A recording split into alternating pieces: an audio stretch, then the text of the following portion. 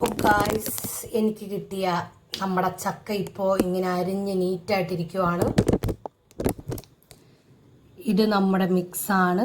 നമ്മുടെ ചക്കയ്ക്ക് വേണ്ടുന്ന ഐറ്റംസ് ഒക്കെ ഇതിനകത്തുണ്ട്. ഇതിനകത്ത് എന്തൊക്കെയാണെന്ന് വെച്ച് കഴിഞ്ഞാൽ കോക്കനട്ട്, പിന്നെ turmeric powder, red chilli powder, pepper, garlic, cumin. Okay,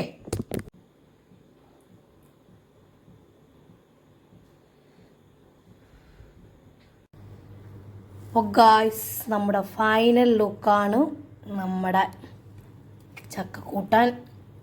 ഇത് എത്ര പേർക്ക് ഇഷ്ടമാണെന്നൊന്നും നമുക്കറിയില്ല. നല്ല ടേസ്റ്റിയാണ്. ഇതിൻ്റെ കൂടെ നല്ല ഫിഷ് ഫ്രൈ അല്ലെങ്കിൽ ഫിഷ് കറി, മുളക് ഫിഷ് കറിയൊക്കെ ഉണ്ടെങ്കിൽ വാവ്, super taste.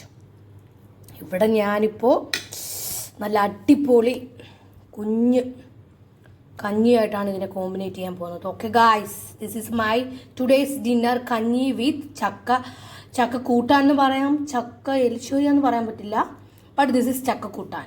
Okay, thank you.